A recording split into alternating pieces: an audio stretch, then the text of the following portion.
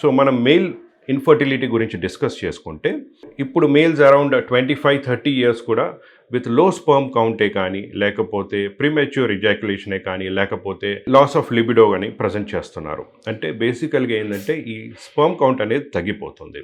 So కారణాలు ఏంటి అంటే టెస్టిస్లో ప్రొడ్యూస్ అయిన sperms they are not active అనమాట. ఆర్ నెంబర్ ఆఫ్ యాక్టివిటీ అనేది తగ్గిపోతుంది. అక్కడ తగ్గిపోయినప్పుడు ఏంటి కారణాలు ఏంటి అంటే బ్లడ్ సర్క్యులేషన్. సో ఎలా అయితే కాళ్ళలో బ్లడ్ సప్లై అయిన తర్వాత Venus blood artery blood supply అయిన తర్వాత వీనస్ బ్లడ్ అనేది పైకి వెళ్ళడంలో ఇబ్బంది ఉండడం వల్ల ఆ రక్తనరాలు ఉబ్బుతున్నాయో అలానే టెస్టిస్లో కూడా ఆర్టరీ బ్లడ్ సప్లై అయిన తర్వాత రివర్స్ వెళ్లాల్సిన బ్లడ్ అనేది వెళ్ళకపోవడం వల్ల పూలింగ్ అనేది అవుతుంది. అంటే impure blood or deoxygenated blood అనేది టెస్టిస్ దగ్గర పూలింగ్ అయిపోయినప్పుడు ఆ అట్మాస్ఫియర్ అనేది ఈజ్ నాట్ గుడ్ ఫర్ ఈ స్పర్మ్స్ అనేది ప్రొడక్షన్కి రైట్ ఎన్విరాన్మెంట్ కానప్పుడు ఆ స్పర్మ్స్ అనేది they are not of full strength. So దానివల్ల స్పర్మ్ కౌంట్ అనేది తగ్గుతుంది. సో మనం ఏం చేయగలుగుతాం దీన్ని? సో పాత పద్ధతిలో అయితే సర్జరీ చేసేవాళ్ళు, అంటే ఆ రివర్స్ ఫ్లో అనేది బ్లాక్ చేయడానికి సర్జరీ చేసేవాళ్ళు.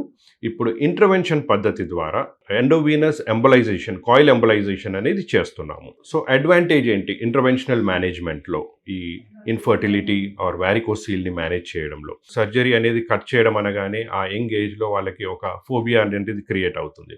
వేరాస్ ఇంటర్వెన్షన్లో మనకి సర్జరీ అనేది లేదు కాబట్టి రక్తనరం ద్వారా వెళ్తాం కాబట్టి పేషెంట్ అనేది మార్నింగ్ వచ్చి చేసుకొని బై ఈవినింగ్ బ్యాక్ హోమ్ వెళ్ళిపోవచ్చు.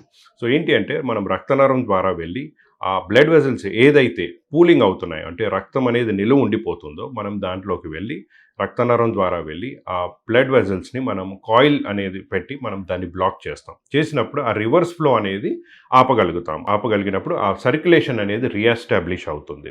అవ్వడం వల్ల హెల్దీ స్పర్మ్స్ అనేది అక్కడ మెయింటైన్ అవుతుంది. సో దీన్నే మనం endovenous coil embolisation for varicocele అంటాము. సో ఇది అడ్వాంటేజ్ ఏంటంటే పేషెంట్ మార్నింగ్ వచ్చేసి అడ్మిట్ అయిపోయి చేసుకొని బై ఈవినింగ్ ఇంటికి వెళ్ళిపోవచ్చు. సో నెక్స్ట్ డే నుంచి పనులు చేసుకోవడానికి అవకాశం ఉంటుంది. బెడ్ రెస్ట్ అనేది అవసరం లేదు. నార్మల్ యాక్టివిటీస్కి వెళ్ళిపోవచ్చు.